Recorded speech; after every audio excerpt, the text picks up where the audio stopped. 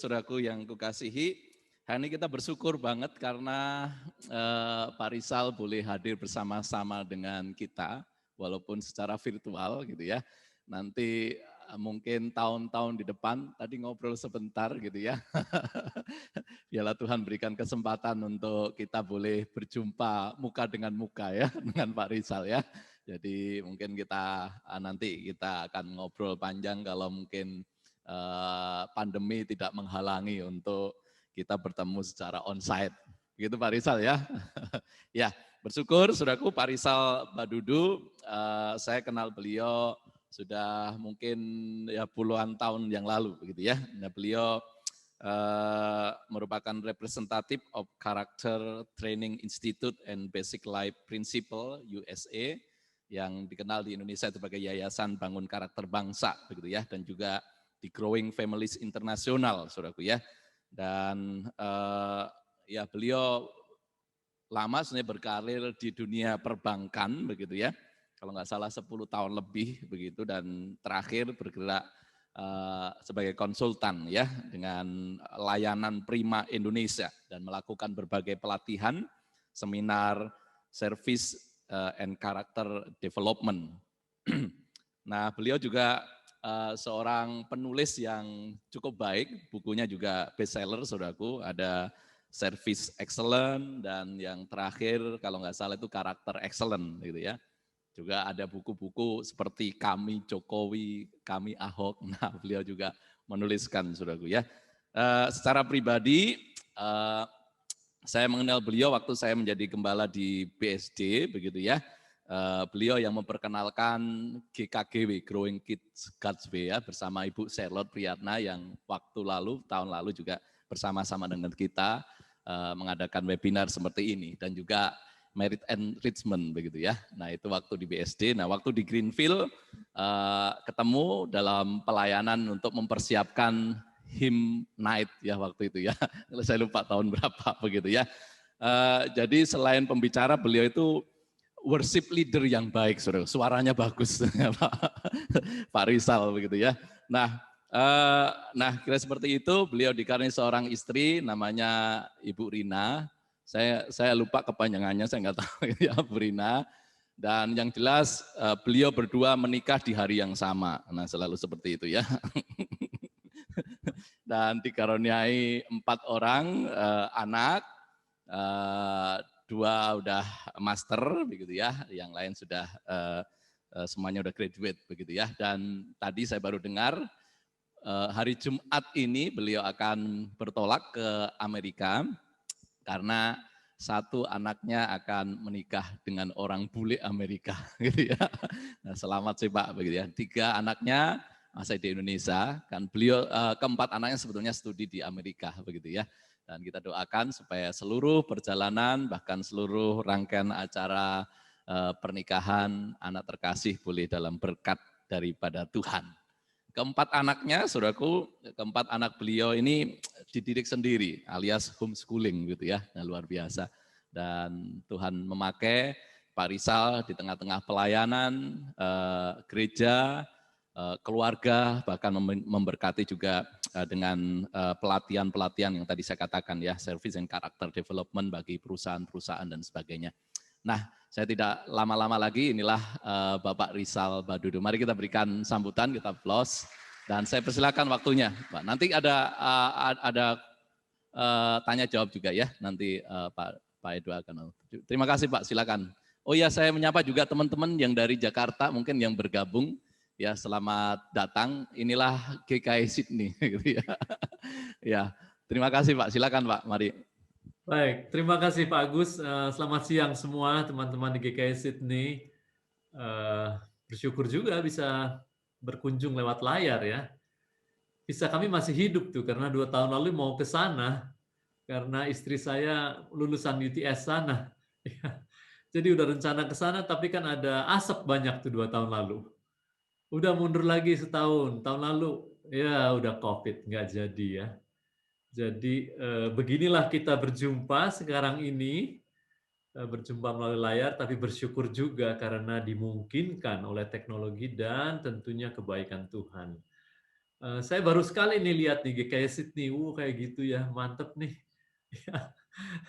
Semoga bisa datang nanti ya. Kapan waktunya kalau Tuhan izinkan ya. Udah lama saya pengen ke sana tapi belum sempat juga. Baik, kita akan bicara the high calling of marriage. Waduh, luar biasa nih. Betul-betul memang begitu sesuai dengan judulnya. Dan saya akan share screen ya.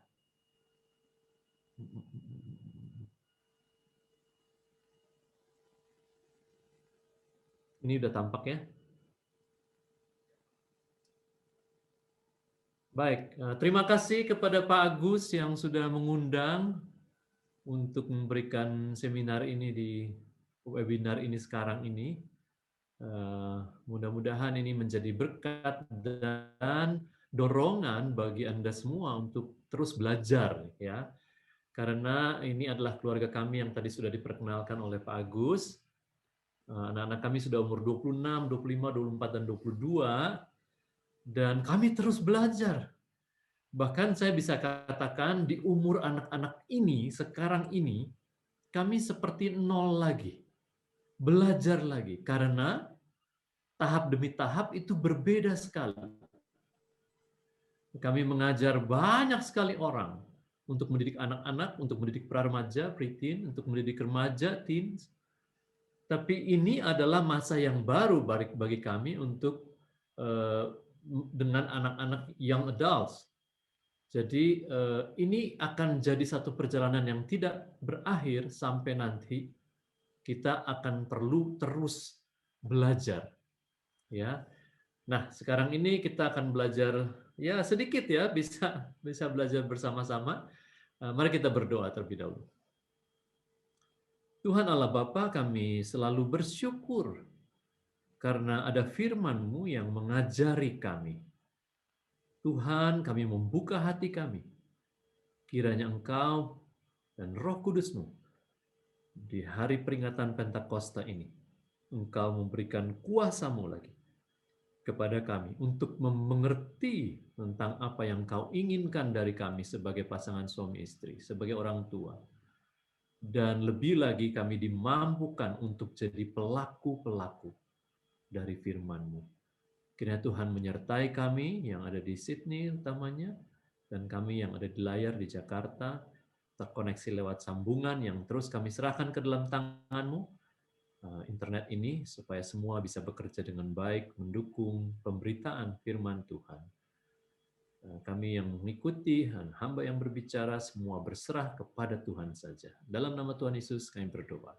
Amin.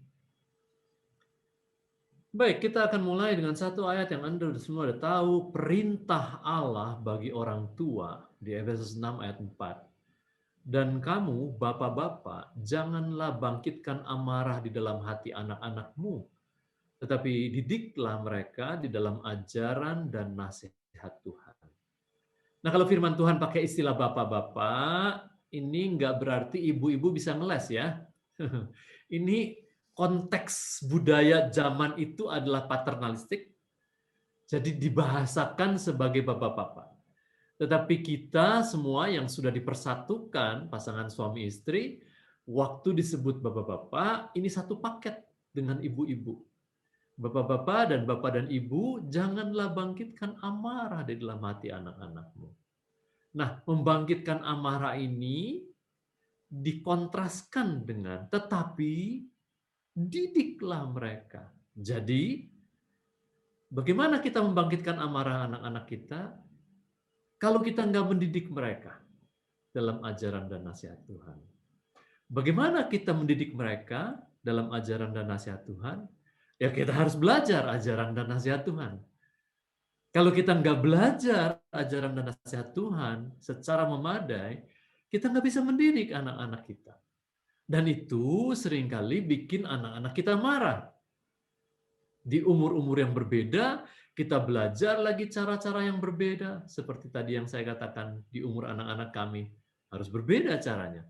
Kalau caranya nggak berbeda, di umur anak berbeda, maka itu membangkitkan amarah anak-anak.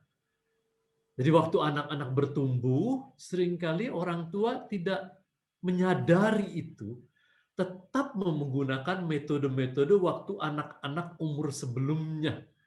Dan itulah yang membangkitkan amarah anak-anak. Jadi nggak kena pendidikan itu. Nah, waktu dikatakan mendidik mereka, itu adalah mendidik, to disciple, memuridkan mereka. Ya, kita seperti perintah Tuhan Matius 28 ayat 19-20. Pergilah, jadikanlah semua bangsa muridku, baptislah mereka dalam dan ajarlah mereka lakukan segala perintah. Itu dimulai dari rumah. Mendidik anak-anak kita. Sebelum kita pergi dari Yerusalem, Yudea, Samaria sampai ke ujung bumi, ujung sebelah awalnya itu di rumah kita. Maka saya selalu katakan, ini adalah perintah. Dan memang perintah. Ini saya pakai Alkitab terjemahan baru ya, LAI. Setiap ada partikel lah, itu imperatif. Katanya adalah imperatif. Kata suruhan, kata perintah.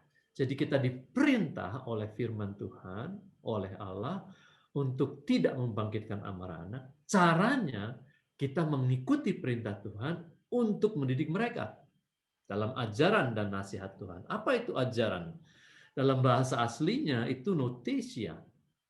Seperti kita kenal kata nutrisia. Memberikan nutrisi kepada anak-anak kita. Dengan cara apa? Nutesia itu dalam bahasa Yunani adalah menasehati, mengingatkan, ya. Dan nasihat Tuhan. Nasihat itu apa? Dalam bahasa aslinya adalah paidio. Ya, mendidik, memberi instruksi. Tapi satu paket juga dengan menghukum dan menghajar. Itu satu paket, kita harus rela, harus bisa, harus mau menghukum mereka, menghajar mereka di dalam kasih, di dalam Tuhan. Karena itulah yang Allah lakukan juga untuk kita dalam mendidik kita. Itu bagian yang menjadi satu. Nah, kenapa ini merupakan high calling? Kenapa begitu tingginya? Karena Efesus ini, Efesus 6 ayat 1 itu kepada anak-anak 1-4, Efesus 6 kepada orang tua. Tetapi kita tahu bersama Efesus 5 ayat 22-33 itu adalah mengenai hubungan suami istri. Maka saya kutipkan 2 ayat di sini. Efesus 5 ayat 31-32, sebab itu laki-laki akan meninggalkan ayahnya dan ibunya menjadi bersatu dengan istrinya sehingga keduanya itu menjadi satu daging. Waktu dikatakan satu daging, itu pengertiannya dari Kejadian itu adalah itu satu di dalam semuanya, satu hati, satu iman, satu keputusan, kesepakatan demi kesepakatan. Maka dalam parenting, dalam mendidik anak untuk tidak membangkitkan amarah anak dan mendidik mereka dalam ajaran dan nasihat Tuhan, kita harus satu nih suami istri, harus belajar bersama-sama. Nah, kenapa itu jadi high calling? Karena rahasia ini besar, tetapi yang Paulus maksudkan ialah hubungan Kristus dan jemaat. Dan Anda sudah sering mendengar ini. Betapa hubungan suami istri itu adalah dianalogikan dengan hubungan Kristus dan jemaat. Rahasia ini besar karena rahasia itu, rahasia keselamatan itu sudah lama ratusan tahun tidak dinyatakan, tapi pada waktu Kristus datang turun ke dunia ini, itulah rahasia itu dinyatakan untuk menjadikan kita, umatnya, menjadi mempelai wanita. Dan itulah gambaran kita suami istri. Maka ini menjadi calling yang begitu terhormat bagi kita untuk mendidik anak-anak kita di dalam Tuhan. Nah, saya mendengar dari Pak Agus, GKI Sydney akan mulai menjalankan Growing Kids Causeway mulai di bulan Juli. Jadi tugas saya sekarang adalah memberikan pengenalan. This is about introduction to Growing Kids Causeway. Dan saya melalui Growing Families Indonesia. Itu adalah perwakilan dari Growing Families International. Dan di Australia ada Growing Families Australia. Sama semua kami. Tapi kami, Growing Families Indonesia, kami menginduk ke Singapura, dan ke Amerika. Ya. Nah, kalau Anda membeli buku ini, Growing Kids God's Way, Anda bisa mendapatkannya di Australia di ini growingfamilies.live.eu. Ya, nah kami mempelajari Growing Kids God's Way pada waktu anak-anak umur ini. Anak-anak umur 4, 3, 2 baru lahir. Kami bersyukur sekali diperkenalkan dengan program dan kurikulum ini. Karena kami jadi diperlengkapi, kami yang banyak salah-salahnya. Sampai sekarang banyak salah tetap. Kami bisa terus mendapatkan metode-metode, cara-cara yang alkitabiah untuk bagaimana mendidik anak-anak.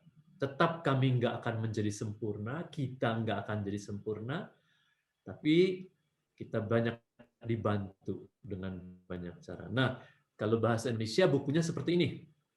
Ya, ini terjemahannya yang kami edisi bahasa Indonesia ya dalam binder begitu. Jadi teman-teman di Indonesia pakai buku ini sekarang ini.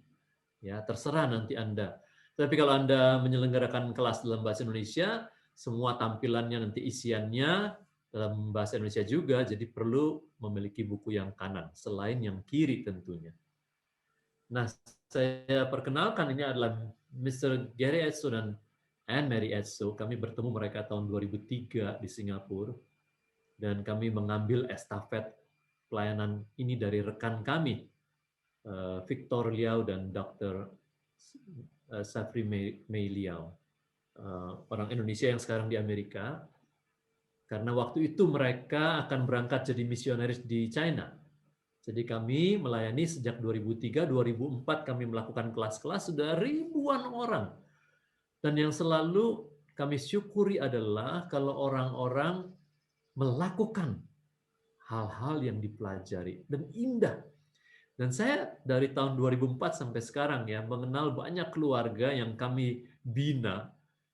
Anak-anaknya itu kami melihat, wah, kami bersyukur sekali di banyak kota di Indonesia. Begitu ya. Nah, nanti saya akan menyampaikan banyak kesaksian dari teman-teman yang setia melakukan apa yang mereka pelajari. Sebelum itu mari kita lihat 4 tahap parenting. Ya. Yang pertama adalah 0 sampai 5 tahun. Itu adalah tahap disiplin. Kedua adalah 6 sampai 12 tahap training. 3 adalah tahap 13 sampai 18 coaching. Dan di atas 18 itu jadi sahabat. Gitu ya. Nah, kalau Anda lihat ini titik di mana kita harus transisi. Titik di umur 12 seperti bangsa Yahudi lakukan upacara bar mitzvah. Ya, bangsa Yahudi umur 12 bar mitzvah itu orang-orang langsung dari anak jadi orang dewasa. Maka Daniel, Sadrak, Mesak, dan Abednego umur 13 sampai 15 dididik di istana raja karena mereka adalah young adults. Daud umur 15-an maju berperang dengan Goliat karena dia adalah young adult. Nah, itulah masa transisi. Kita harus menangani anak-anak udah secara berbeda. Nggak bisa lagi sama. Nah, Anda lihat ada 2 grafik, yang satu turun, yang satu naik. Yang turun adalah otoritas. Artinya, waktu anak-anak masih di umur kecil ini, otoritas kita tinggi. Kita mendidik mereka dengan otoritas yang tinggi. Ya, yes, no. Udah mereka harus taat. Without any explanation. Begitu kalau di umur anak-anak ini. Saya belajar, waktu anak-anak umur 2, saya hanya harus membesarkan volume suara saya. No! Saya bilang. Apalagi kalau mereka mau lakukan yang bahaya, misalnya mau pegang colokan gitu ya. Mereka udah ngerti. Begitu. Ya, tapi lihat grafik otoritas ini menurun. Seiring dengan bertumbuhnya anak-anak, kita nggak boleh pakai otoritas terus. Dia harus turun sampai nanti akhirnya rendah sekali.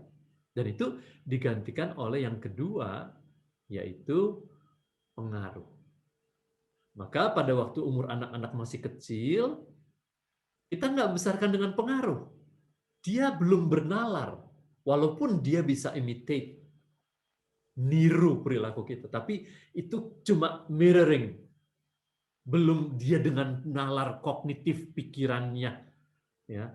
Tapi lama-lama pengaruh kita yang harus makin besar, dan terutama di titik ini kita udah bertransaksi, pengaruh teladan, kata-kata, perilaku, tindakan, keputusan kita itu lebih besar daripada instruksi dan koreksi kita.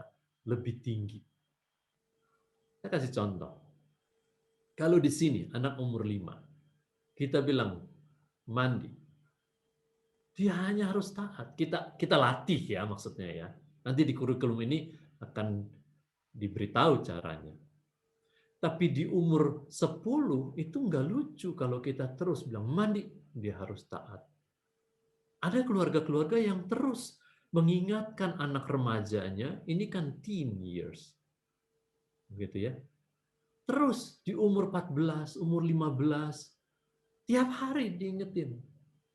Mandi, makan, belajar, tidur, bangun, begitu banyak instruksi dan koreksi. Nah, itulah yang dikatakan Efesus 6 ayat 4, membangkitkan amarah anak-anak.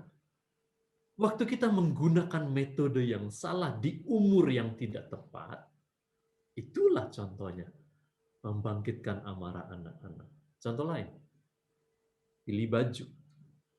Kami nggak membiarkan anak-anak pilih baju, apalagi mau ke gereja. Bajunya udah jelas, 2 aja udah, jangan banyak-banyak. Anak umur 5 suruh pilih baju, lama dia pilih-pilih baju. Terus kita udah akan telat ke gereja. Begitu. Tapi kalau di umur 13 ya terserah. Dia udah boleh pilih baju. Jadi itu adalah perkembangan kita dalam parenting. Nah, semua itu dalam satu garis lurus, ada dalam satu konteks pemuridan. Kita melakukan discipleship kepada mereka. Parenting ini adalah discipleship program kita kepada anak-anak kita. Kita mengembangkan anak-anak yang takut akan Tuhan. Itu tujuan kita. Maka di dalam kurikulum Growing Families International ada buku-buku ini. Ini Growing Kids God's Way untuk orang tua dengan anak-anak umur 3-8. Tapi berikutnya kita harus belajar lagi. Kalau anak-anak udah umur preteen, kita harus belajar metode-metode yang berbeda. Nah, memasuki teen years, ya, itu di atas 12, 13 sampai 19. Kita belajar lagi. Nah, seperti saya katakan tadi, kami lagi belajar lagi untuk jadi parents of young adults. Itu berbeda lagi, supaya kita nggak membangkitkan amarah anak-anak, tetapi bisa tetap mendidik mereka di dalam ajaran dan nasihat Tuhan. Nah, sebelum ini ada kurikulum lain, yaitu preparation for parenting, babyhood transitions, toddlerhood transition, ini sampai umur 2 lebih. Nah, ini bagaimana potty training, bagaimana apa segala macam ya. Bagaimana supaya dia nggak bangun-bangun terus malam hari, gimana geser waktu tidurnya. Nah, sebetulnya di Growing GFI ini ada 89 kurikulum. Semuanya ini adalah kurikulum. Nah, saya suka sekali mengajar kurikulum. Kami banyak sekali, saya dan istri banyak sekali diundang untuk memberikan seminar-seminar, menyukai itu, tetapi jauh lebih menyukai kurikulum. Karena apa? Karena orang-orang belajar di dalam satu kurikulum yang berkesinambungan. Sehingga seperti saya katakan tadi, senang sekali saya melihat orang tua yang menerapkan. Yang di Jogja kami mengenal anak-anaknya. Yang di Bandung, yang di Jakarta, mereka terus menerapkan. Nggak sempurna, tapi terus menerapkan. Dan melihat bagaimana bisa bersukacita sebagai orang tua karena banyak hal yang bisa diterapkan dari apa-apa yang kita pelajari. Nah, nanti saya akan memperkenalkan secara sepintas kurikulum di Growing Kids God's Way, karena itu yang akan dijalankan di GKI Sydney. Nah, nanti juga dengan contoh-contoh dari banyak keluarga yang menerapkan metode-metode yang diajarkan di sesi demi sesi. Tapi sebelum itu, saya persilakan Anda untuk mengajukan pertanyaan. Silakan. Mudah-mudahan bisa saya jawab ya. Nah, bagaimana nih mekanismenya? Silakan kalau ada yang mau mengajukan langsung angkat pertanyaan. tangan, nanti ini bisa ditarik ke itu. Oh iya, iya.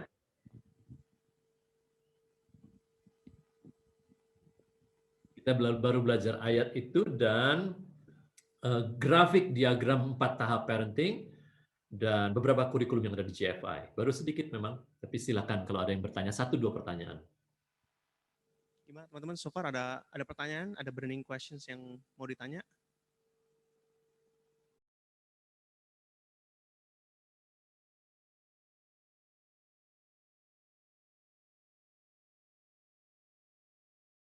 Ya. You are not wrong. You are truly Asian. That's the way Asian treats the kids. Nah, sekarang faktanya adalah anak Anda umur 11 dan 9 yang sebetulnya sudah boleh diberi keleluasaan untuk memilih. Jadi bukan mama lagi yang menyediakan. Karena kita mau memimpin mereka makin lama makin bijak. Dan termasuk dalam hal memilih, itu adalah pilihan yang sudah boleh mulai diserahkan kepada mereka di umur 11 dan 9. Kalau waktu kecil, nah nanti di sesi 14 ini sebetulnya ada membesarkan anak di dalam corong. Corong itu kan begitu kan? Gitu ya. Nah, waktu anak-anak umur kecil, corongnya masih kecil tuh. Maka saya katakan tadi, saya nggak kasih pilihan. Anak itu soal baju, enggak. Soal makan, nggak kasih pilihan. Saya selalu bilang, kamu makan 3 lauk yang ada di meja, dan salah satunya adalah sayur. Dan mereka harus taat. Mereka udah belajar taat. Nah, biasa anak-anak gini kan ya, kita udah doa nih, sama-sama nih, di meja makan. Amin, gitu kan. Terus buka mata kan. Terus anak-anak bilang gini, aku nggak suka makanannya. Gitu kan ya? Gitu kan? Terus kalau udah gitu gimana orang tua? Harus suka. Tapi aku nggak suka. Lihat nih, mami juga suka. Gitu kan? Tapi itu pahit. Enggak, ini nggak pahit. Gitu kan? Ngapain juga berdebat di meja makan? Saya selalu bilang sama istri ya, ini udah ketentuan di keluarga kami. No debate in the dining table. No. Karena kami mau bikin itu sebagai satu kesempatan untuk ngobrol yang baik. Jadi gimana caranya kalau anak-anak bilang gini? Anak-anak saya juga ngomong gitu. Amin. Terus buka mata. Nggak suka. Gimana ya? Gitu ya. Ya udah, saya bilang, saya nggak akan berdebat. Oh, nggak apa-apa. Ayah nggak bilang kamu harus suka. Kamu hanya harus makan. That's it. Kita nggak usah berdebat manis, asin, pedas, enggak. Pahit, suka, enggak. You just have to eat. Karena udah tahu peraturannya.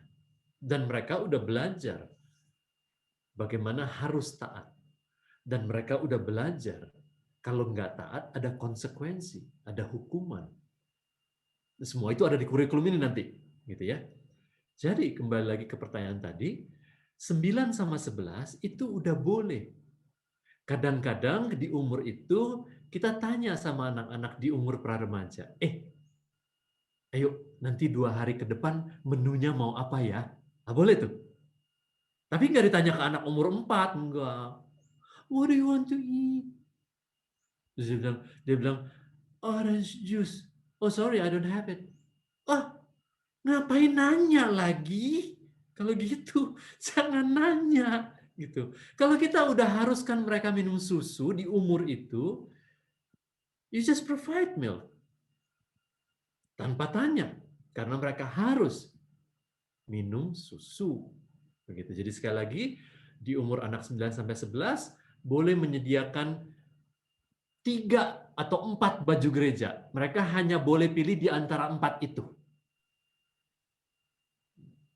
Gitu kan? Nah, mungkin kalau di Australia sih masih sopan-sopan ya. Kalau di Amerika sih udah, wow, udah baju gereja juga udah, it's up to me, t-shirt is our shirt, everything is okay gitu ya. Tapi makanya saya bilang tadi, you are truly Asians. Saya juga begitu waktu anak-anak kecil. 2 baju gereja, ini, this or that, kayak tadi tuh, kayak game tadi tuh, this or that, udah, that's it. Begitu ya. Terima kasih, oke siap. Mudah-mudahan menjawab. Satu lagi pertanyaan? Ada lagi? Nggak ada Pak. Untuk boleh diteruskan mungkin. Oh, pasti ada kalau satu tuh. Orang Sydney mestinya ada pertanyaan. Nggak mungkin nggak ada. Nggak mungkin malu-malu itu, nggak mungkin. Satu pertanyaan, saya maksa nih sama orang Sydney.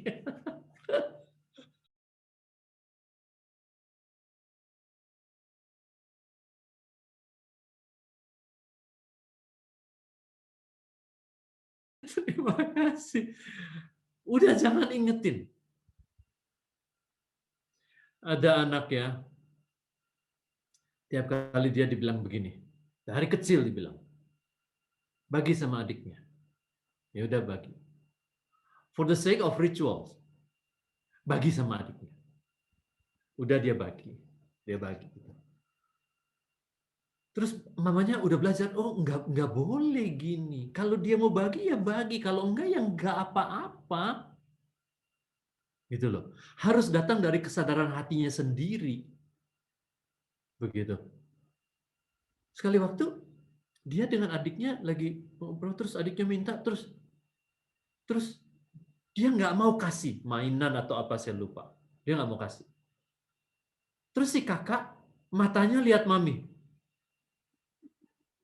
Dia nunggu, biasanya soalnya suruh kasih. Kamu kan kakak. Ini nih bahasa orang-orang Asia nih gitu.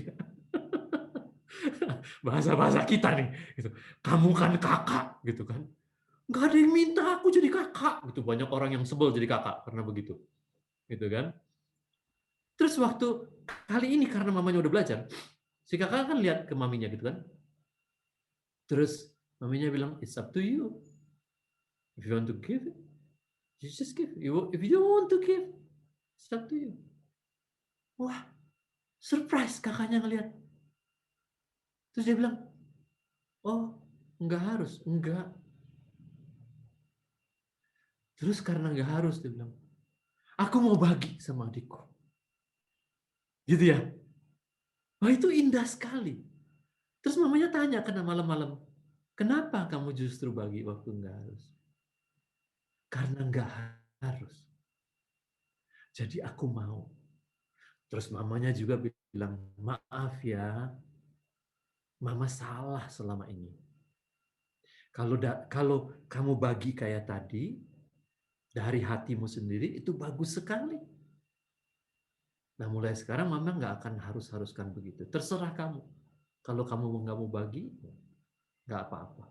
Sama, jadi kembali ke kasus tadi ya, Bu Susi ya. Memang anak-anak itu jadi marah, itulah Efesus 6 ayat 4. Dan kita sudah diperintahkan, janganlah bangkitkan amarah anak-anakmu. Semoga Anda menjadi pelaku firman Tuhan ya. Gitu ya. Dengan cara apa? Tahan. Dan mereka nanti sama seperti yang tadi dia bilang, aku udah tahu, gak usah disuruh-suruh. Nah, nanti mereka akan jadi lebih berkembang, menjadi lebih dewasa. Karena melakukan hal yang benar, karena hal itu benar, bukan karena hal itu harus.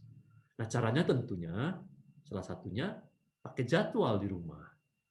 Tetapkan jadwal. Kalau sekolah aja pakai jadwal, dan sekolah yang tanpa jadwal kayak apa coba sekolah tanpa jadwal? Kacau dong ya sekolah ya. Nah, rumah pun begitu. Rumah tanpa jadwal, kacau dong. Nah, kalau kita udah tetapkan jadwal, dan di umur anak-anak 15 dan 9, itu anak-anak bisa kita discuss. Kita tetapkan bersama-sama. Ayo, kamu tidur jam berapa? Tentunya yang jam 15 bisa beda jam tidurnya dengan yang anak umur 9. Terus buat PR, buat apa, sehingga anak-anak waktu kita udah ajarin untuk taat, mereka akan lakukan itu berdasarkan ketaatan. Efesus 6 ayat 1. Dan bukan karena diingatkan. Dan kita jadi nggak berdosa dengan mengingatkan. Dan urat leher kita lumayan lah, rada diirit gitu loh. Gitu ya. Nah, jadi begitu ya khusus ya. Hilangkan ingatan anak-anak itu, anak Anda akan berkembang jadi lebih dewasa dan lebih sukacita melakukan berbagai hal yang dia harus lakukan. Gitu ya. Terima kasih. Nah, sekarang masih ada yang mau tanya? Ada yang mau bertanya di baby room mungkin? Enggak. Di Enggak. di Zoom ada yang mau bertanya, silakan. Zoom boleh, ya di Zoom boleh. Langsung Ada open mic, 2, 1, open video.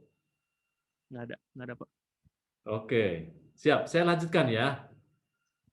Berarti kita lanjutkan ini sekarang. Nah, kita masuk ini kurikulum Growing Kids God's Way. Sebetulnya di GFI sendiri ini udah lama Growing Kids God's Way ini. Sekarang udah diganti dengan Tree of Life namanya. Makanya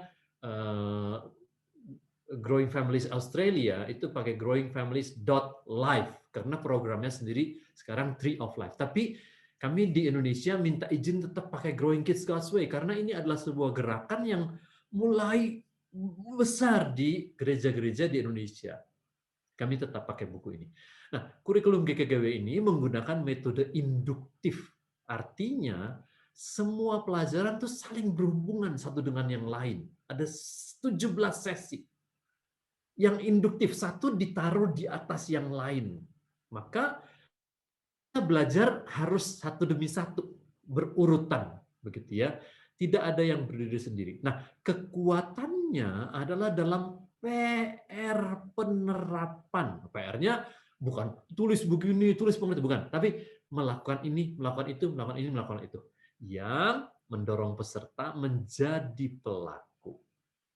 Itu kekuatannya. Makanya pasangan-pasangan yang menerapkan terus, wah saya suka sekali dan banyak sekali terharu membaca kesaksian-kesaksian mereka yang nanti akan kita saksikan beberapa, kita akan lihat beberapa. Nah, saya mulai dengan bab 1. Sorry, ini saya buat untuk Zoom ya, jadi mungkin tulisannya, saya nggak tahu nih kebaca atau enggak di Anda ya, kecil soalnya. Bab 1 adalah, sesi 1, bagaimana menghasilkan anak bermoral. Ini tujuan akhirnya. Ya, apakah anak kita disukai oleh orang-orang sekitar kita?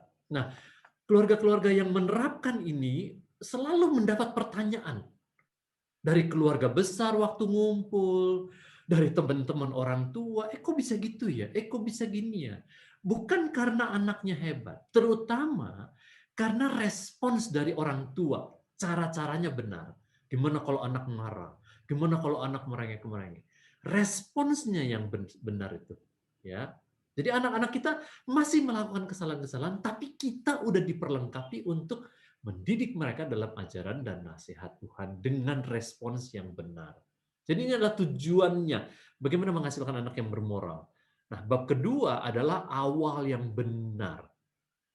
Awal yang benar itu berbicara mengenai hubungan suami istri yang makin baik, makin baik, makin baik. Karena Anda hanya bisa menjadi ayah yang baik kalau Anda jadi suami yang baik. Anda hanya bisa jadi mama yang luar biasa kalau Anda jadi istri yang luar biasa. Urutannya udah begitu. Karena Tuhan membentuk pernikahan itu sendiri sebagai high calling. Baru dia memanggil kita menjadi orang tua. Maka dalam awal yang benar itu dilatih dan dikasih PR-PR bagaimana caranya ya untuk memiliki hubungan yang lebih baik lagi. Bab 3 adalah sentuhan kasih. Ini adalah love language yang Anda udah banyak belajar, udah banyak tahu. Ya, bagaimana cara kita dapat mengasihi anggota keluarga kita dengan lebih baik. Tetapi di dalam konteks keluarga, kita diajar untuk bagaimana berbicara dengan pasangan menggunakan bahasa kasihnya pasangan yang sering berbeda dengan bahasa kasih kita sendiri.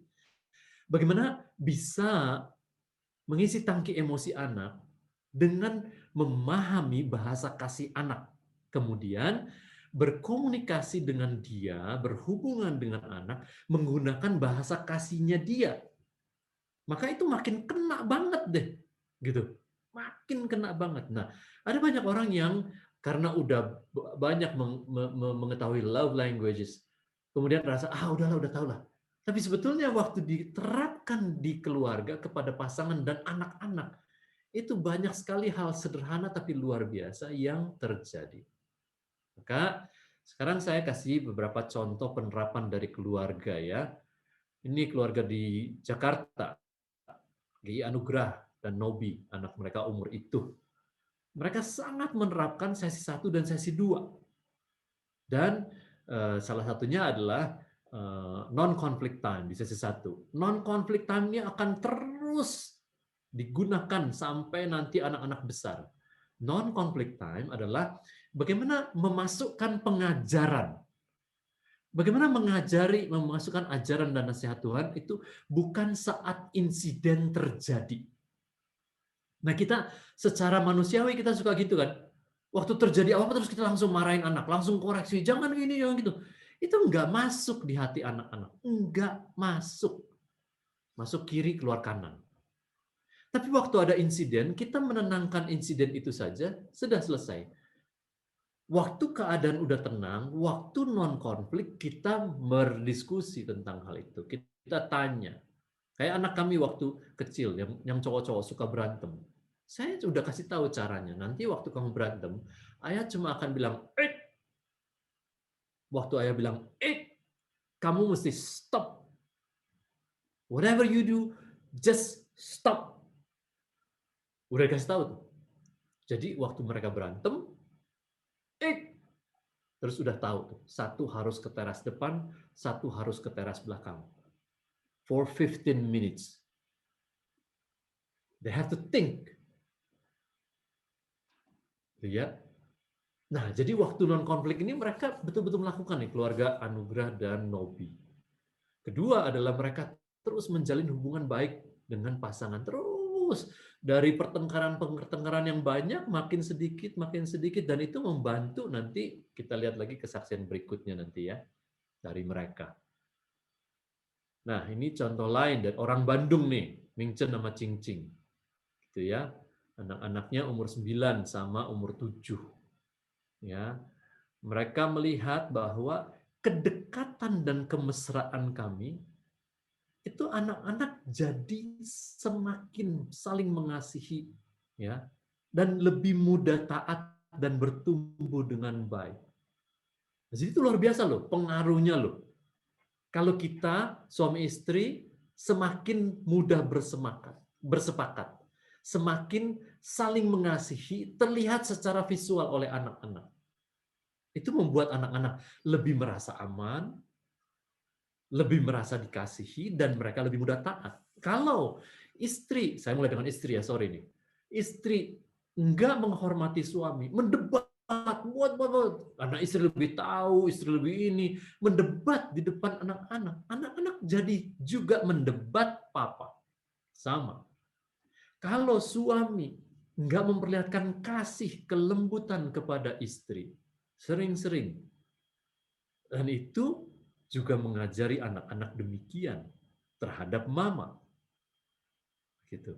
Maka nanti di sesi 2 ini ada namanya coach time.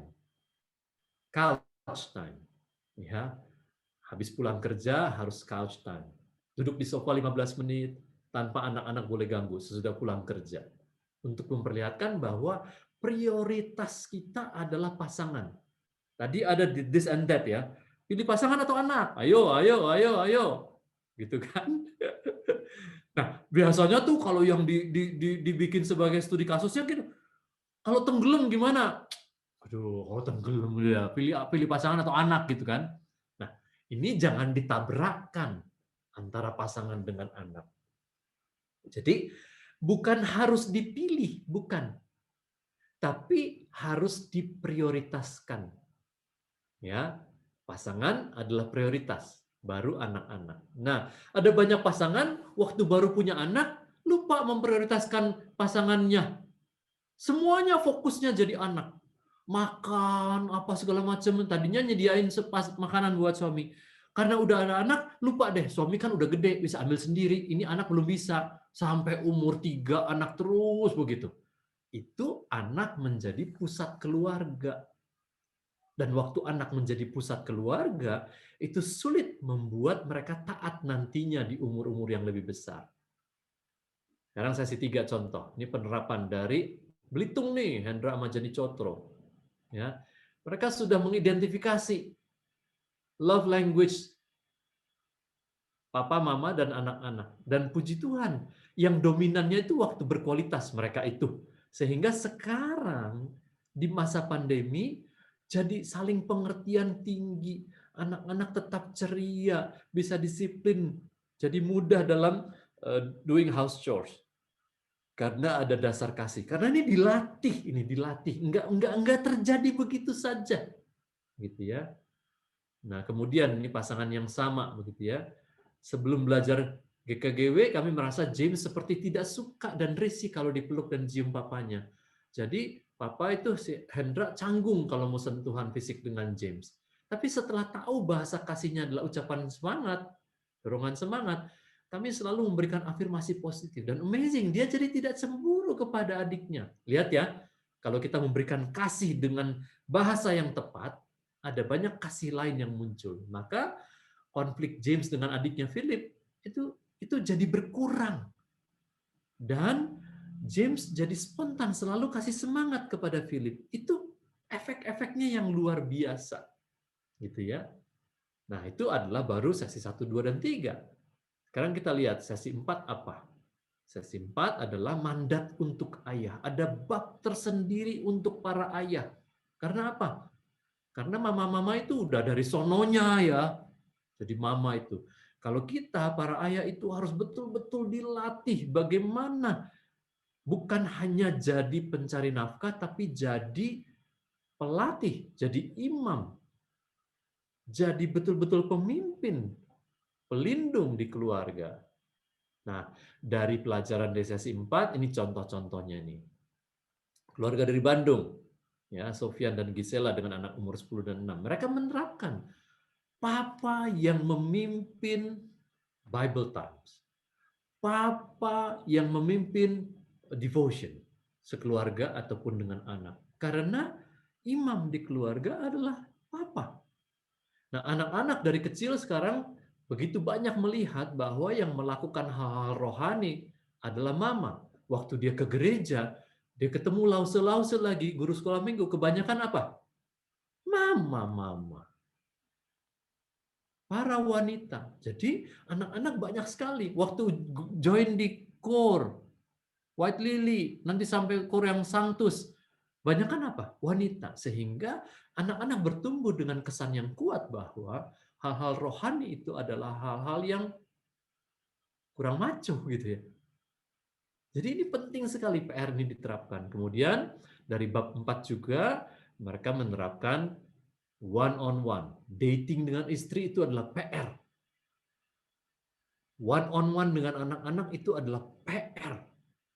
Untuk mengembangkan hubungan sehingga nantinya waktu harus membesarkan dengan pengaruh grafik tadi tuh udah punya hubungan yang kental dengan anak dan bisa memasukkan banyak pengajaran kepada anak.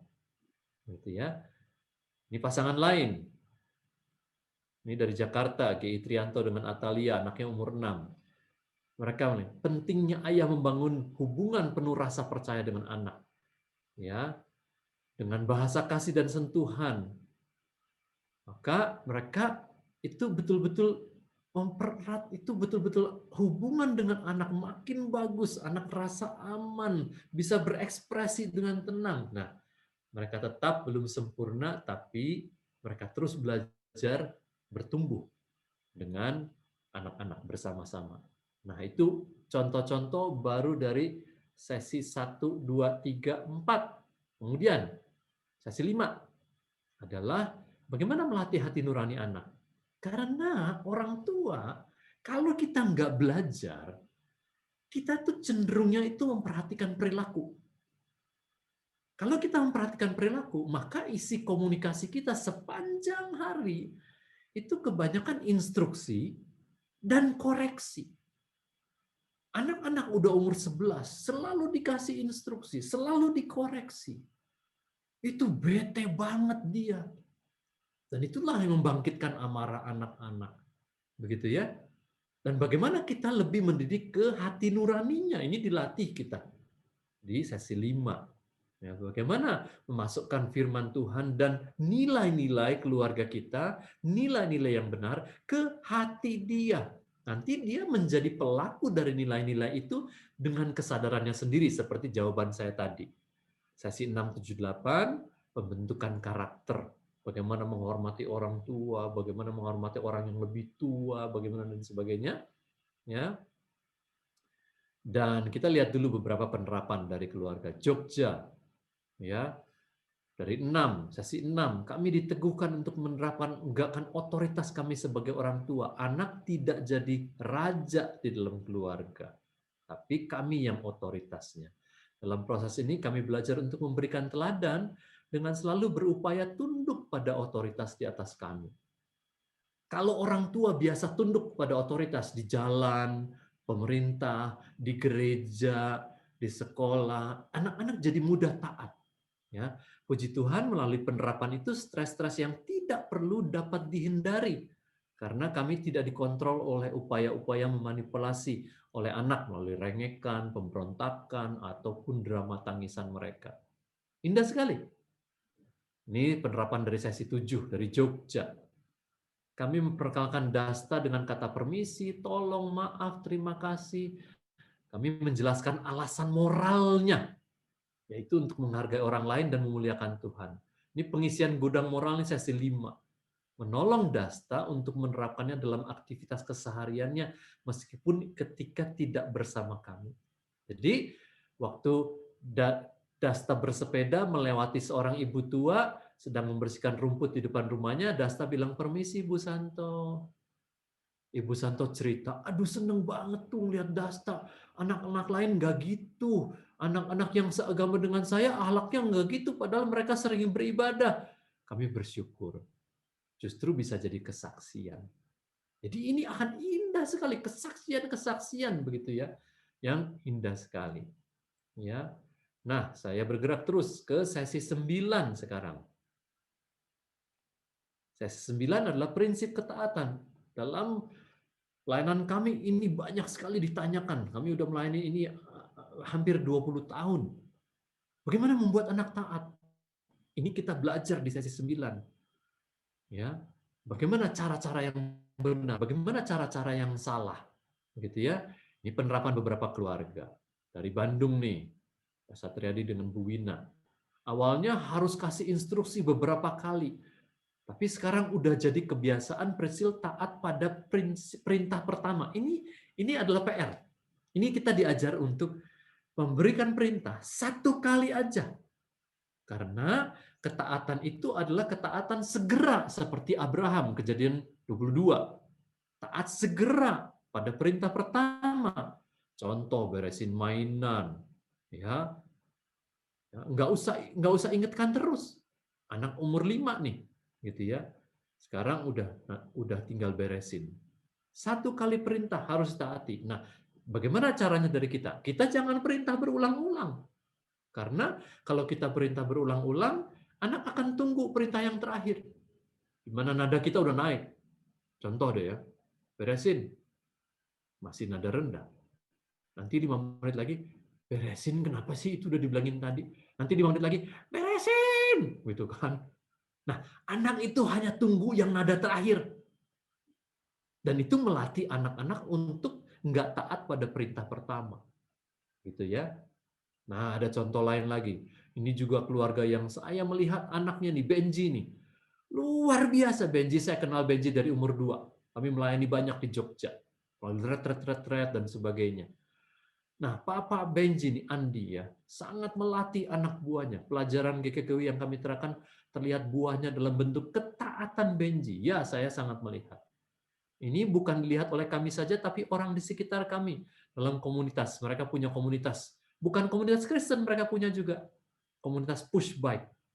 Ya, awalnya kami sering lakukan, tapi dicibir, dikomentari kurang baik oleh beberapa orang. Namun akhirnya orang-orang itu juga jadi ingin belajar parenting. Teman-teman yang muslim-muslim ingin belajar parenting. Karena melihat BNG itu taat sekali. Terakhir saya kunjungi Jogja, karena pekerjaan saya mesti training perusahaan, tahun 2020 Februari. Terus bertemu dengan mereka. Saya bertemu dengan Benji. Dan melihat bagaimana ketaatan dia itu bagus sekali. Karena dilatih sejak umur 3. Gitu ya. Nah, kemudian itulah penerapan sampai dengan sesi 9. Ini ada keluarga lain lagi, Jakarta, Arman dan Shelly. Sangat setia.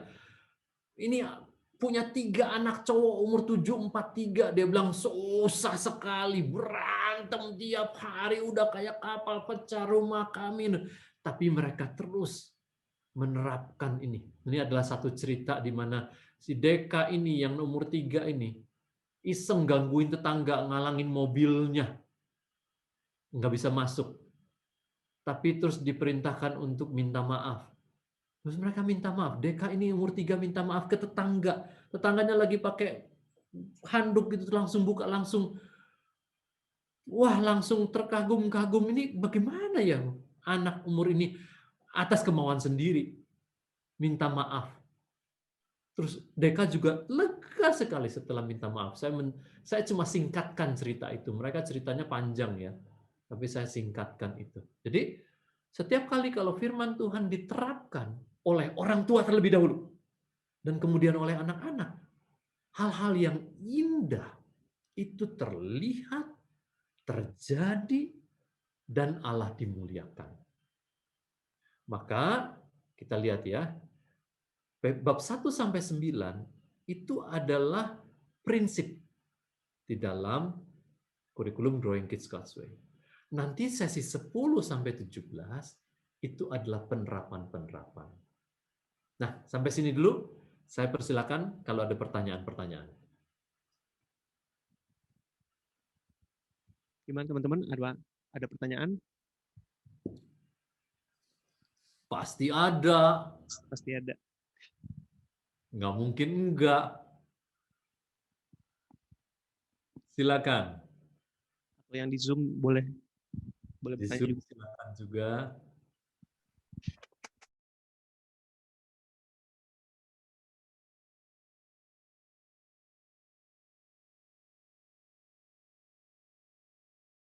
Ini praktis sekali. Ini real sekali. Itu kayaknya gini ya. Instruksi 1 kali. Nggak mungkin. Nggak mungkin. Itu mah mujizat, saudara-saudara. Mujizat. Begitu ya. Tapi mujizat itu nyata. Kalau kita terapkan secara benar. Gitu ya. Nah, jadi pertanyaannya adalah, jadi kalau kita udah kasih instruksi, terus anak belum melakukan gimana? Kata-kata kita belum cukup berkuasa menggerakkan anak kita, gitu ya. Nah, ini membutuhkan keteguhan hati orang tua. Sekali lagi, keteguhan hati orang tua. Jadi, kita udah ngajarin, waktu non-konflik ngajarinnya ya. Besok kalau mami bilang kamu beresin, mami cuma bilang 1 kali ya. 1 kali. Sudah itu kamu harus gimana? Kamu harus segera beresin. Nah, itu membutuhkan role play. Nggak cukup tuh, cuma dikasih pengertian gitu terus langsung terjadi mujizat. Nggak bisa, nggak akan. Harus di role play. Nah, kami melakukan role play banyak sekali untuk anak-anak kami waktu kecil. Ya, jadi sekarang gini ya, ini sediain mainan sedikit ya di kamar. Ini role play nih, waktu non konflik. Nih kamu coba lagi main, udah kan? Terus menurut jadwal ya, jangan tiba-tiba aja tadi jadwalnya orang tua ngomong beresin kan, nyebelin itu membangkitkan amarah. Iya, udah jam berapa sekarang? Oh iya, jam 4. Berarti apa? Berarti beresin. Oke, silakan beresin. Udah terus diem, jangan ngomong lagi. Kan satu kali instruksinya. Nah, waktu role play udah, sekarang itu kamu langsung beresin. Yuk, ini role play di kamar nih, role play. Saya melakukan training-training di perusahaan-perusahaan banyak pakai role play, baru karyawan bisa. Nah, di keluarga juga begitu. Udah, latihan lagi nih ya, masih latihan nih, masih role play. Oke, kamu main. Lihat jamnya. Udah ya, jadi sekarang apa? Beresin, ya. Terus diem, langsung dia. Udah, nanti waktu kejadian nyatanya besoknya, lakukan seperti itu dan jangan ingatkan untuk kedua kalinya. Pertanyaannya kan, gimana kalau dia nggak beresin? Kalau dia nggak beresin, pegang tangannya, langsung dieksekusi. Gitu. Ayo, ini beresin. Langsung, nggak usah tanpa ngomong. Langsung eksekusi. Kalau dia nggak lakukan, nanti kita terapkan sesi 12. Ada konsekuensi dan hukuman. Mainannya nggak boleh dimainin. Gitu loh. Satu paket itu. Kalau kita nggak hukum, ya dia gitu lagi besok. Kan kita ini semua manusia berdosa, ya kan? Ya kan? Jadi, satu kali instruksi, langsung eksekusi. Kalau dia nggak taat, nanti akan ada hukuman yang kita sudah tetapkan juga. Jadi, itu nggak usah berdebat dengan itu. Kalau dia nggak taat, ya udah, nanti kita hukum. Begitu ya. Tapi memang nggak semudah yang disampaikan begini loh, nggak semudah gitu. Mesti role play, terus mesti tahan omongan, terus waktu eksekusinya itu sering kita mau ngomong lagi untuk instruksi kedua, ketiga, dan seterusnya. Tapi jangan. Kemudian satu paket dengan itu adalah hukuman. Misalnya, kasih konsekuensi. Mainan itu nggak boleh dimainin seminggu. Udah deh, rakyat semesta alam akan taat. Begitu. Ya. Oke, begitu ya, Bu Ing ya. Terima kasih. Pertanyaan lain?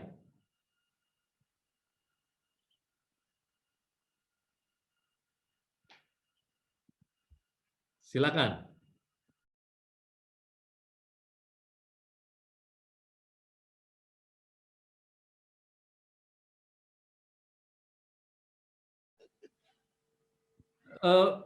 Ini real sekali ya, tapi nggak tentu.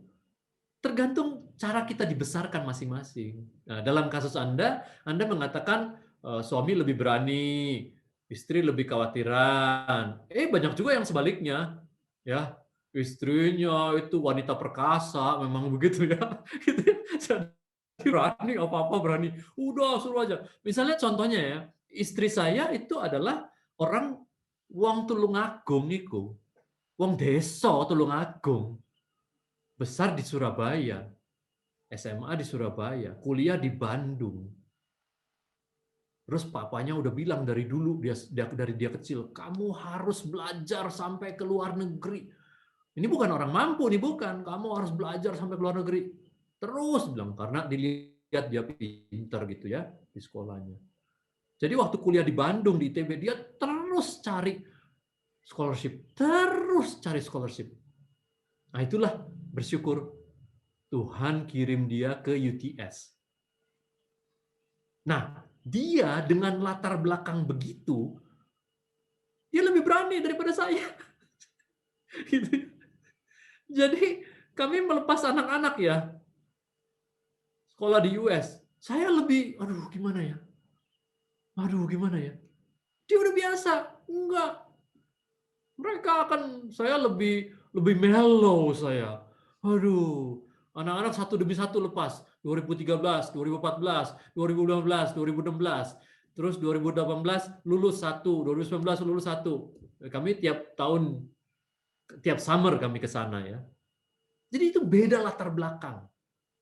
Nah, sekarang kalau beda itu bagaimana? Makanya kita tadi sesi kedua itu awal yang benar. Awal yang benar itu adalah gimana? Segala sesuatunya itu didiskusikan. Dicari titik temunya. Titik temu itu nggak selalu di tengah. Titik temu itu kadang bisa di pihak suami, kadang bisa di tengah, kadang bisa di pihak istri. Tapi kita mesti menentukan untuk keluarga kita yang mana titik temunya. Gitu. Waktu kita udah pilih, ya kita terapkan di keluarga kita. Gitu ya. Misalnya anak umur 15, mau dilepas untuk apa? Anak umur 15 udah lebih besar kan. Nah, papa yang lebih berani oke lah, dia boleh ke mall sendiri asal dengan teman begitu kan.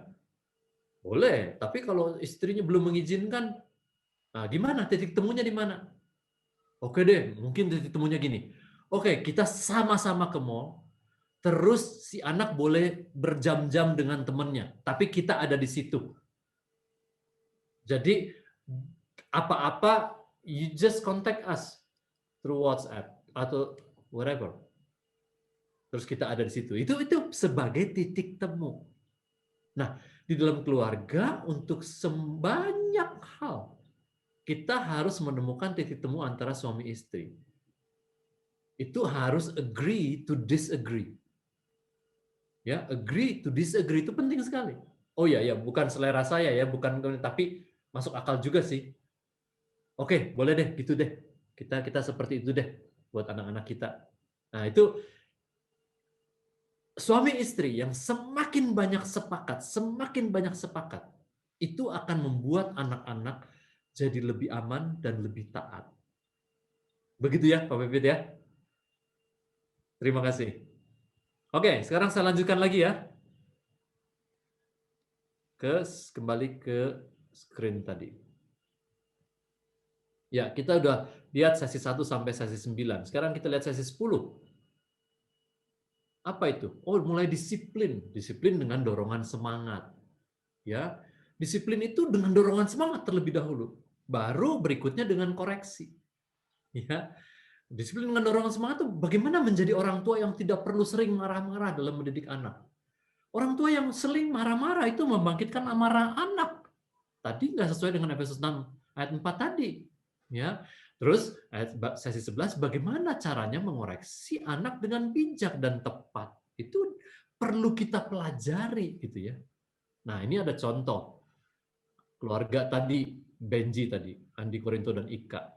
Kami membagikan dorongan semangat praaktivitas, itu sesi 10. Jadi selalu ada briefing dulu. Sebelum Benji kemana-mana tuh ada briefing dulu. Dan saya melihat mereka melakukannya dengan baik.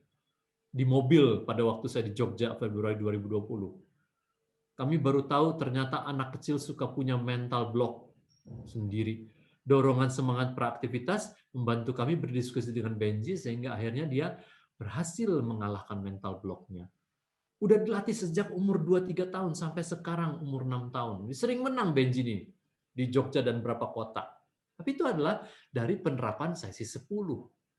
Ini sesi 11. Kembali lagi keluarga tadi ya. Mereka belajar childishness dengan foolishness. Itu beda, belajar di sesi 11 nanti. Ya. Tadinya saat perilaku anak tidak baik, kami refleks melihatnya sebagai ketidaktaatan. Oh, belum tentu.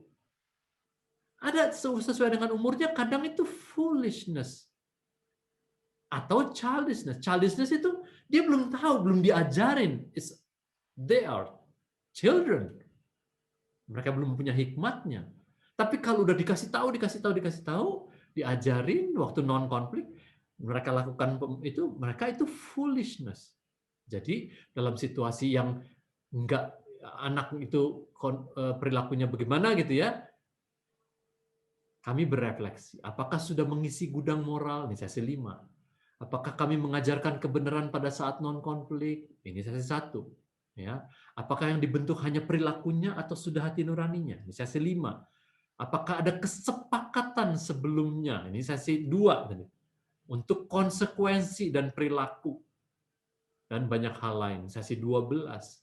Kini saat ada insiden, kami suami istri berdiskusi dan secara intensional membicarakan dengan Karissa saat non-konflik. Kami bersyukur membantu kami KKW untuk on track dalam perjalanan parenting. Ya, sesi 13, sesi 12, konsekuensi dan hukuman. Apa bedanya konsekuensi? Apa bedanya hukuman? Bagaimana cara memberikan hukuman yang mendidik kepada anak?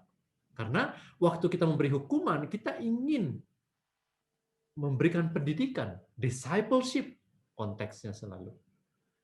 13, semua disiplin itu menuju pertobatan, pengampunan, dan pemulihan. Supaya dia tahu kalau dia melakukan kesalahan, dia bisa bertobat.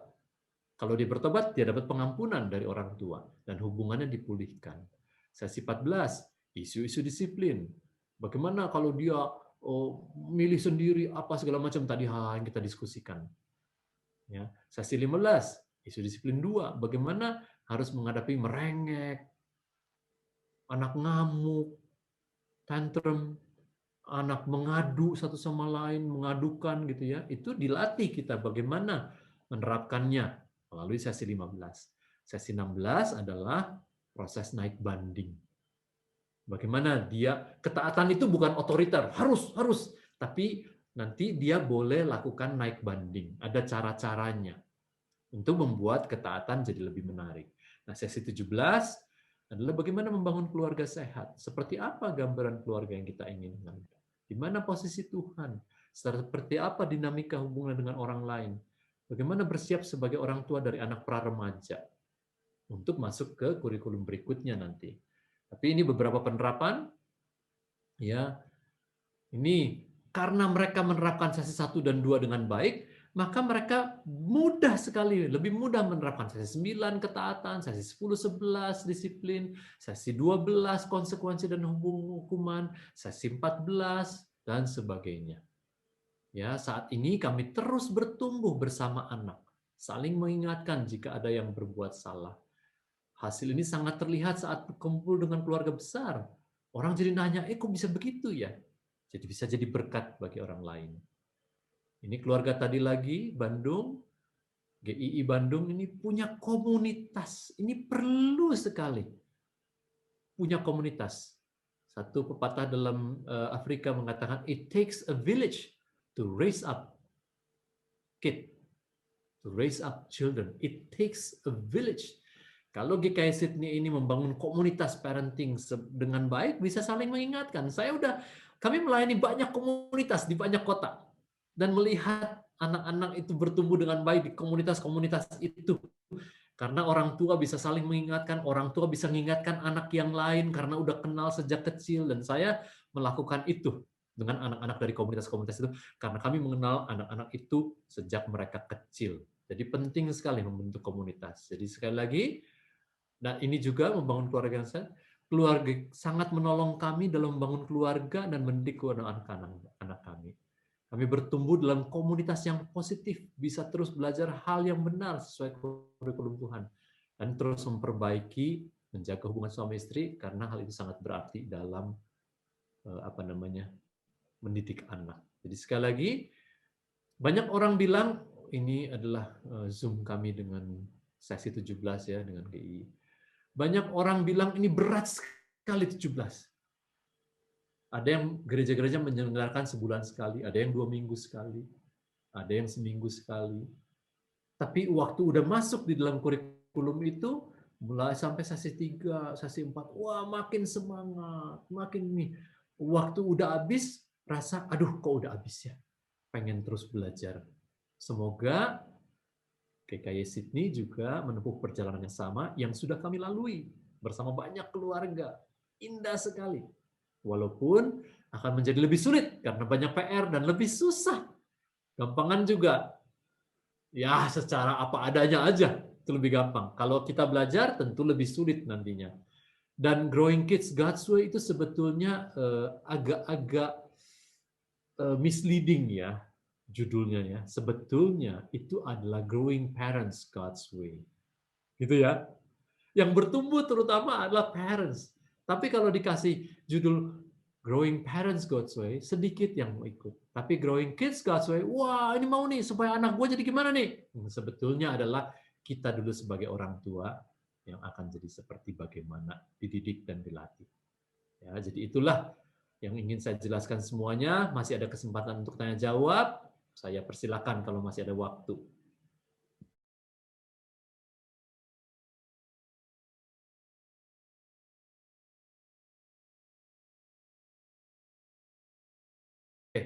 Bagus. Terima kasih. Iya. Jadi begini ya, itu memang cara dia berekspresi. Betul sekali. Nah, ekspresi memang nggak ada yang salah. Tetapi kita mau memperbaiki dong ekspresi seperti itu, nggak bagus. Kan gitu kan? Jadi ini bukan soal salah atau betul. Tapi ini nggak bagus. Dan kita bisa melatih dia. Satu, yang pertama adalah menjelaskan kepada dia. Waktu non-konflik. Jangan waktu dia whining, terus jelasin, enggak, gitu ya. Jadi waktu ngobrol, terus jelaskan. Kasih contoh-contoh. Ya, coba, siapa yang whining di Alkitab? Yunus. Bisa jadi. Begitu. Jadi kita cerita yang seperti itu. Gitu ya. Saul, waktu Nabi nggak datang, langsung dia mempersembahkan.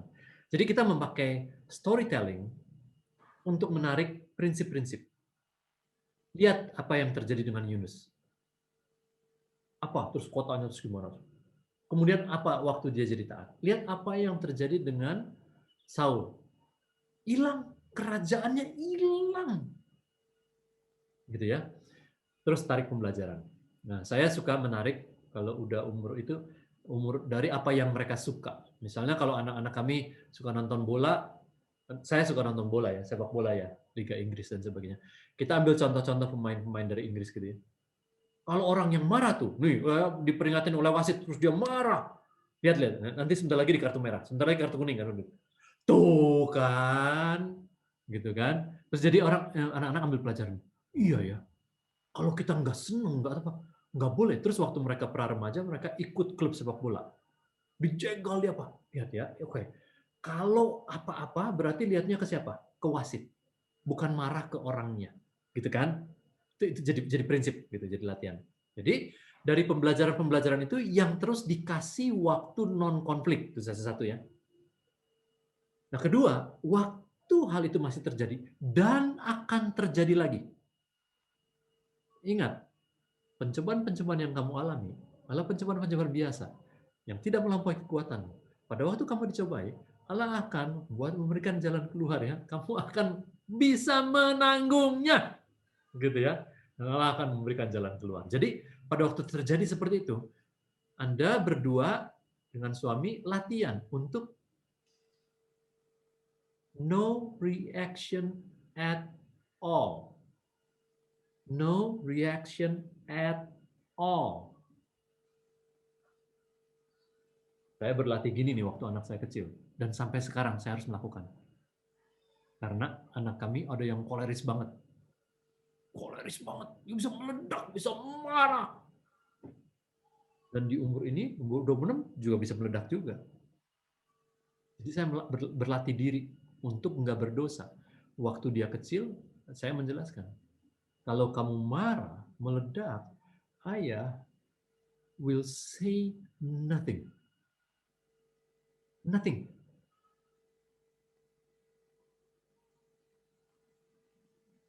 Jadi, dia datang dulu.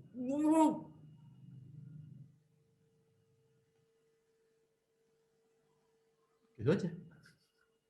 Dia udah tahu karena udah jelasin waktu non-konflik. Kalau kamu begitu, ayah diem, kamu harus ke kamarmu 15 menit berpikir. Waktu kamu udah calm down, kamu datang. Dia datang, ayah tadi aku pengen gini-gini. Oke. Sama, di umur 26 juga gitu.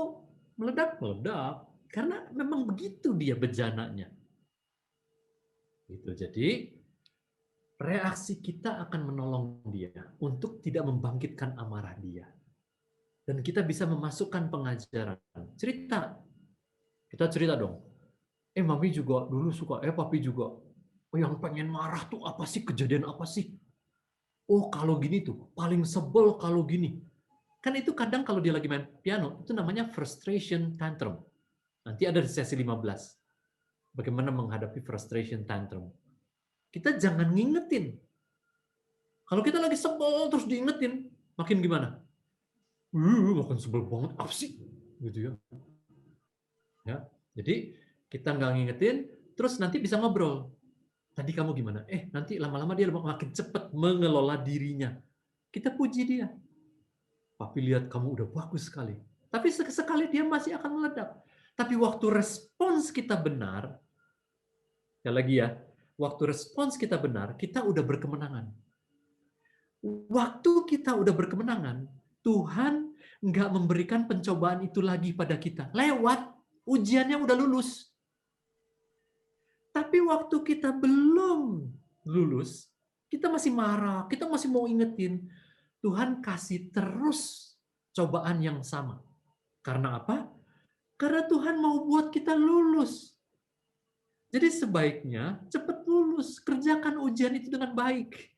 Waktu lulus, waktu kita berubah sebagai orang tua, buat Tuhan nggak sulit mengubah anak kita. Soal tantrum, soal apa aja. Tapi Tuhan mau membentuk kita dulu sebagai orang tua. Waktu kita udah nggak berdosa menghadapi keadaan anak kayak gitu, lulus. Tuhan kasih hal lain lagi. Senang. Kita bisa bersyukur sama Tuhan. Terus nanti kejadian sekali lagi, kita bersyukur lagi. Nah saya di umur anak 26, saya masih gagal juga. Enggak apa-apa. Saya masih meledak bulan lalu. Begitu. Kami udah empty nest. 2 tahun ya. Anak-anak 4-4-nya di sana gitu ya. 2 tahun. Tiba-tiba karena COVID, berat 4-4-nya pulang. Dengan budaya yang berbeda. Itu membuat saya sepaneng. Karena cara komunikasi kami berbeda, budaya kami berbeda. Kadang saya ngomong gini, mereka bilang, you gotta say that. It's not polite. Hah? Nanti saya ngomong apa lagi? Ayah, don't say that. Terus kalau waktu saya meledak, gitu ya, saya marah, saya yang tantrum. Gitu. Tapi kemudian bisa rekonsiliasi, minta maaf dan sebagainya. Kita bertumbuh bersama. Waktu kita salah, kita minta maaf sama anak-anak kita sejak kecil. Dan anak-anak juga biasa nanti. Waktu dia salah, waktu dia tantrum lagi, dia minta maaf. Aku lupa yang ayah ajarin.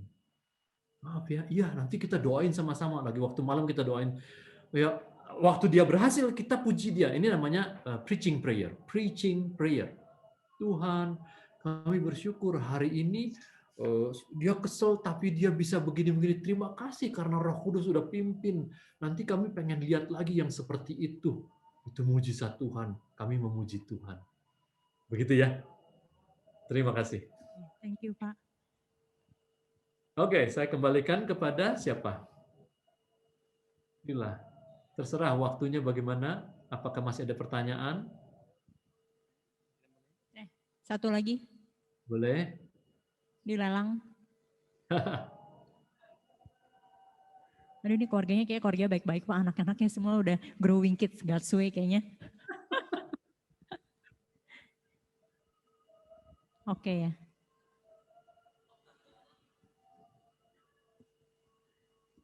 Nggak ada ya. Oke deh. Kalau nggak ada pengumuman dari, thank you banget Pak Rizal untuk waktunya. Mungkin Sama-sama. sampai waktu lunch time udah di Indo ya. Thank you banget, kita belajar banyak banget hari ini. Tuhan terus berkati pelayanan Pak Rizal ya Pak. Saya pribadi ya belajar banyak hari ini. Nanti saya akan ikutin lagi sesi-sesi berikutnya. Thank you. Terima kasih. Oke.